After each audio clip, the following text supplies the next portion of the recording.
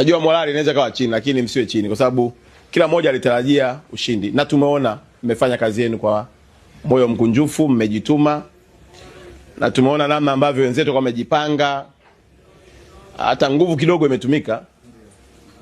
Watu wana mili ile wanasukuma kweli kweli, kwa hiyo haikuwa kazi rahisi.